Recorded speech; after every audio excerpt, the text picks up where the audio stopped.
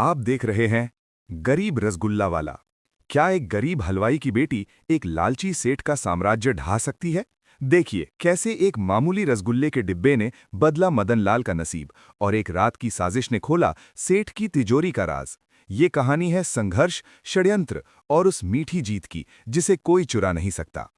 मिष्ठानपुर की गलियों में हवा भी जैसे चाशनी में डूबी रहती थी। इसी गांव में मदन लाल नाम का एक सीधा साधा हलवाई रहता था। वो गांव के सबसे बड़े और पुराने मिष्ठान भंडार किरोड़ीमल स्वीट्स में मुख्य कारीगर था। मदन लाल के हाथों में जादू था। जब वो दूध को कड़ाही में औटाता तो उसकी खुशबू पूरे चौक में फैल जाती थी। लेकिन मदन लाल का मालिक सेठ किरोड़ीमल जितना अमीर था उतना ही हृदयहीन और कृपण था। वो मदन लाल की मेहनत का मूल्य कौड़ियों में आंकता था। मदन लाल कभी शिकायत नहीं करता था। उसका मानना था कि काम ही पूजा है। वो हर आने वाले ग्राहक को भगवान का रूप मानता और मुस्कुराहट के साथ सेवा करता।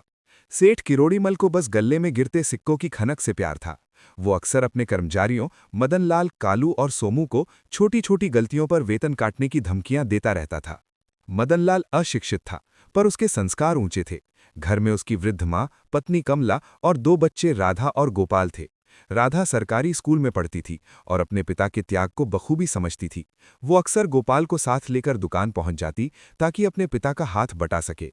सेठ किरोड़ीमल इन बच्चों से भी मुफ्त में काम करवाता, ये सोचकर कि उसे बिना वेतन के दो बाल मजदूर मिल गए हैं। राधा हमेशा अपने पिता को समझाती, बापू आप यहाँ अपनी प्रतिभा क्यों बर्बाद कर रहे हैं, ये सेठ बहुत निर्दयी है। मदन लाल बस एक फीकी मुस्कान के साथ उसे टाल देता। एक बार महीने के अंत में जब मदन लाल और उसके साथियों को उम्मीद थी कि इस बार त्योहारों की वजह से अच्छी तनख्वाह मिलेगी, सेठ ने बम फोड़ दिया।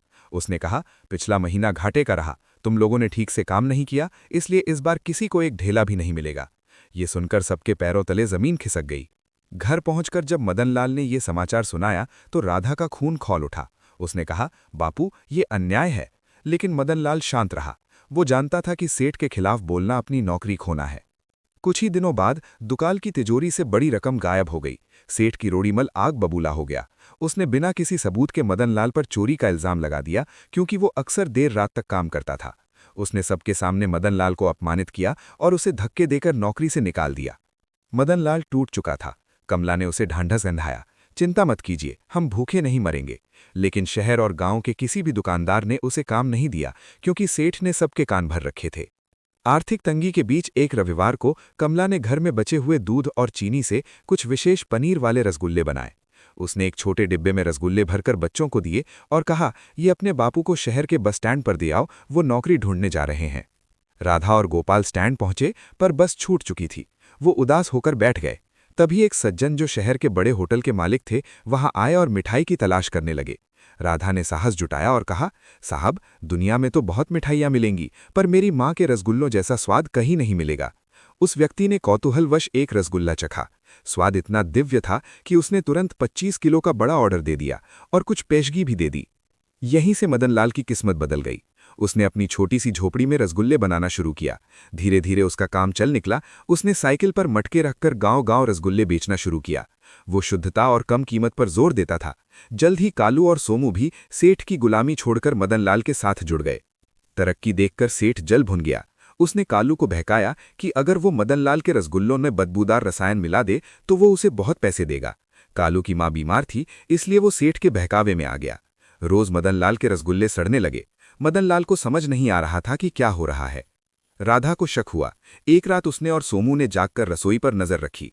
आधी रात को उन्होंने कालू को रंगे हाथों पकड़ लिया। मदन लाल जागा, पर उसने कालू पर गुस्सा करने के बजाय उसकी मजबूरी सुनी। उसे पता चला कि सेठ ने कालू को मजबूर किया था। तभी सोमू ने भी अपना पाप स्वीकार किया। उसने बताया कि सेठ की तिजोरी से चोरी उसने की थी, क्योंकि सेठ पैसे नहीं देता था।